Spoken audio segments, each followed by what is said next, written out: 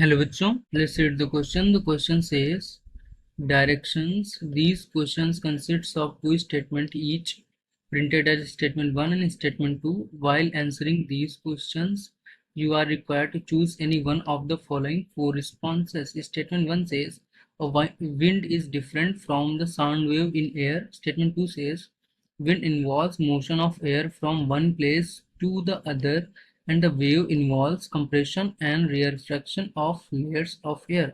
सो इस क्वेश्चन में हमें स्टेटमेंट 1 एंड स्टेटमेंट 2 देकर रखा है, हमें बताना है कौन सा करेक्ट है कौन सा इनकरेक्ट है। तो सबसे पहले क्वेश्चन स्टेटमेंट 1 में हमें विंड और साउंड वेव के बारे में बात कर रखी है, दोनों में ही हमें वही की बात कर रखी है। तो हम लोग सबसे पहले विंड को समझते हैं। विंड क्या होता है, की कॉन्सेप्ट जिस क्वेश्चन का होगा, सबसे पहले हम लोग बात करते हैं विंड की। तो विंड, तो विंड में क्या होता है, हम लोग डेली लाइफ में देखते हैं विंड एक जगह से दूसरी जगह जाती है। सो particles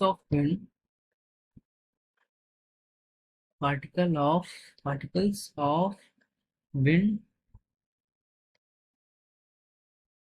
displaces from one place to another, from one place to another place. जो कि हम लोग डेली लाइफ में देखते हैं कि जो विंड पार्टिकल्स होते हैं एक प्लेस से दूसरे प्लेस पर, one place to one from one place to another place, एक प्लेस से दूसरे प्लेस पर जाते रहते हैं, अनदर प्लेस। अब अगर हम लोग साउंड वेव को समझें तो जो साउंड वेव होती है, दूसरी साउंड वेव, तो साउंड वेव हमारी जो होती है वो हमारे पास साउंड वेव जो होती है वो लॉन्गिट्यूडनल वेव होती है। साउंड वेव जो होती है हमारे पास लॉन्गिट्यूडनल वेव होती है। तो लॉन्गिट्यूडनल वेव क्या होती है कि जिसमें पार्टिकल का oscillation and propagation of wave दोनों सेम डायरेक्शन में होता है, यानी कि oscillation of particle and propagation of wave are in same direction। इसे लॉन्गिट्यूडनल वेव कहते हैं। लॉन्गिट्यूडनल वेव में तो साउंड में क्या होता है कि जो पार्टिकल्स हमारे पास होते हैं, साउंड में जो एयर पार्टिकल्स होते हैं, एयर पार्टिकल्स या मीडियम पार्टिकल्स कहेंगे। अगर हम मान लें एयर में ही हमारे साउंड वेव ट्रेवल कर रही है, तो एयर पार्टिकल्स होते हैं, ये वाइब्रेट करते हैं, यानी कि वाइब्रेट करते हैं, ये अपने प्लेस को छोड़ते नहीं, यानी कि डिस्प्लेस नहीं होते अपने प्लेस से, यानी सिर्फ वाइब्रेट करते हैं, टू एंड फ्रो मोशन करते हैं।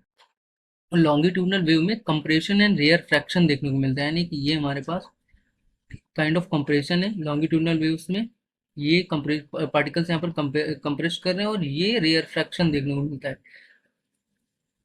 ये यहाँ पर पार्टिकल्स का रेयर फ्रैक्शन हो रहा है, फिर से यहाँ पर कंप्रेशन हो रहा है,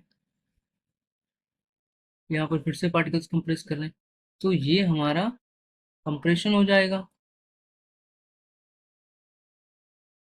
कंप्रेशन, और ये हमारा रेयर फ्रैक्शन हो जाएगा, रेयर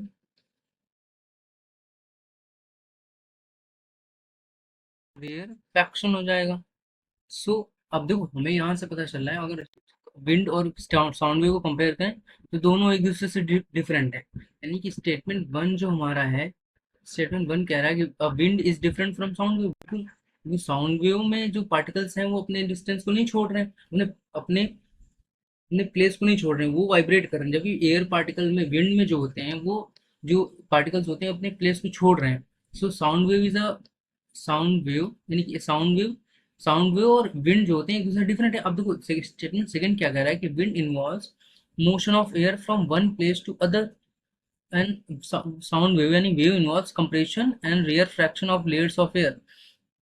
तो देखो यहाँ पर क्या है, विंड में हमने समझा कि जो जो पार्टिकल्स होते हैं वो एक जगह से दूसरी जगह आते हैं, जबकि साउंड वेव में क्या होता है, compression and rarefaction of air layer या पार्टिकल्स का होता है, मीडियम के पार्टिकल्स।